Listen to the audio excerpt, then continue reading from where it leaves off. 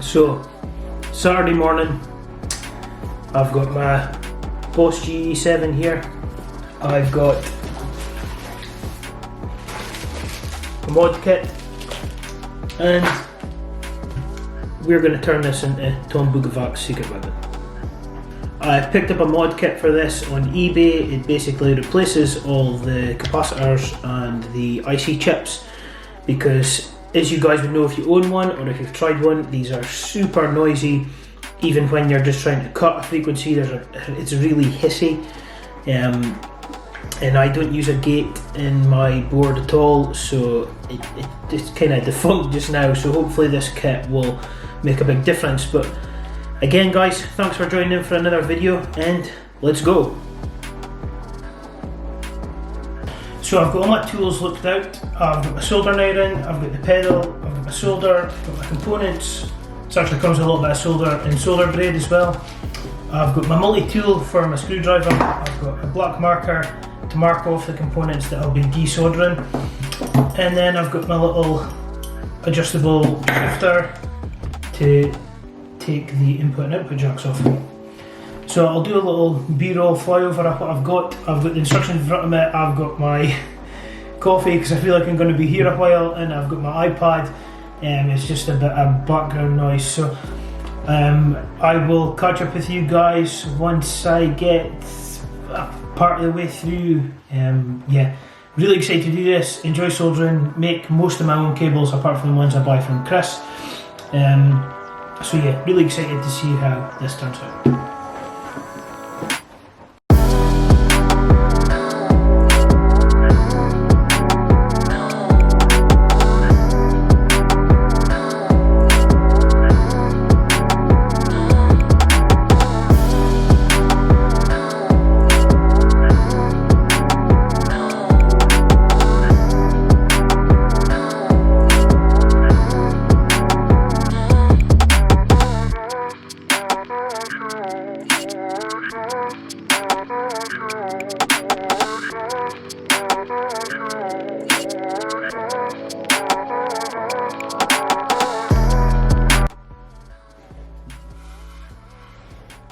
So I've desoldered all of the capacitors that need to come out, the resistor, the 3 ICs and the 2 long ICs. I was going to keep the camera on until I realised it was going to take me absolutely forever. So the next step will be to populate the board, solder all the new parts in, and then hopefully not long you will have a video of how it's looking and getting the switch back in and getting assembled back in the case. Hopefully this doesn't take me another hour.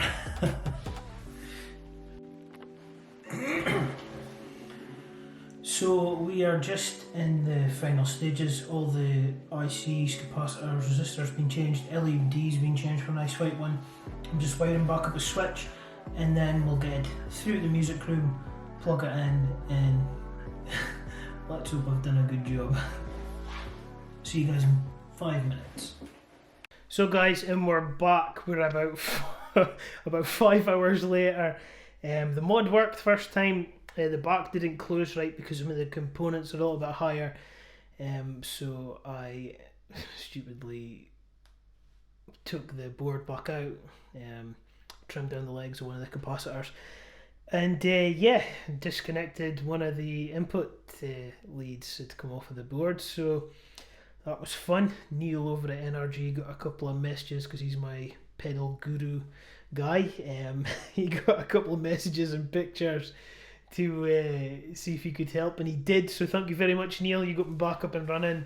If it wasn't for you, I guess this video won't be finished. So yeah, we've got it on the board. You'll see the board somewhere up here, and I'm just going to run you through a couple of sounds. Now normally when you run an EQ pedal you will get some sort of noise from boosting and cutting frequencies, but the Boss GE-7 was really bad for a really bad hissing, a really high-pitched hissing that you would only get rid of when you're not playing, as if you've got a gate. But like I said, I've no gate on in the Kemper or on the board, So hopefully this hush mod should make a big difference. So let's get into it. Clean tone.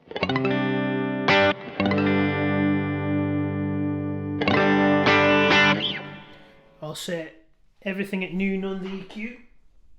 Just flat, sorry, not so.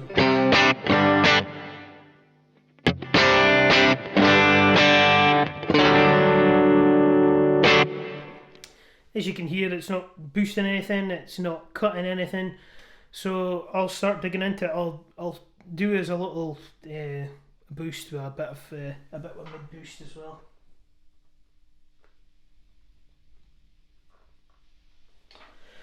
What you'll find if you get an EQ pedal is that little changes normally really do a lot. So clean again.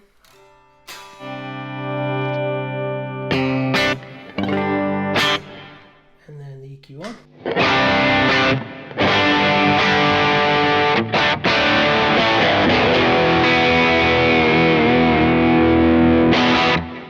Now, mind you, because the Boss EQ has got sliders, especially for the volume, I've probably boosted it a little bit more than normal, so that's why it sounds pretty gainy.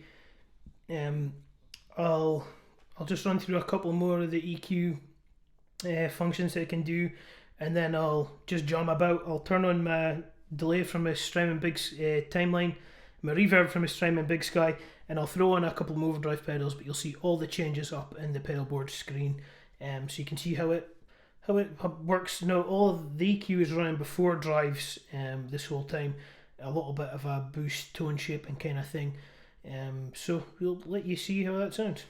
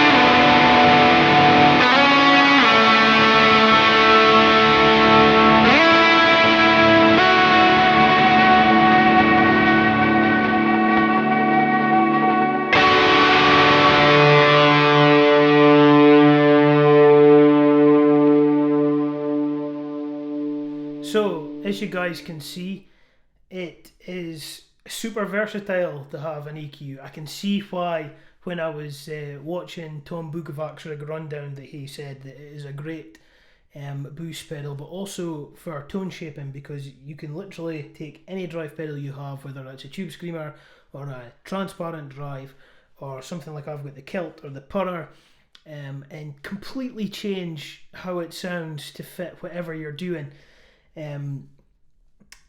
I can see this working really great with my fuzz pedals, for being able to make them sit a bit more present in the mix by having it after. I think I'm going to have loads of fun integrating this into using in tracks that I'm recording, or just for the board in general.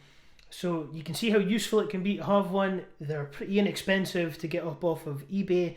I got the mod kit with all the parts from eBay. I'll leave the description for that and the link down below. That's not an affiliate link. I bought the kit myself. If you've the time and the soldering skills, it is great fun to do. It took up most of my Saturday.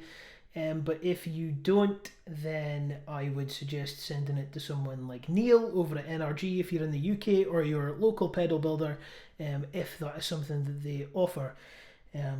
But yeah guys, thanks so much for watching all the way to the end. Any questions, leave them in the comments below, or head over to my Instagram at JamesTaneMusic. It'll pop up somewhere, and send me a message. I'd love to hear from you guys. And yeah, I will catch you guys in the next video. Do all the good things, like, subscribe, share this video if you possibly would. It would mean the absolute world to me, and I will catch you guys in the next video.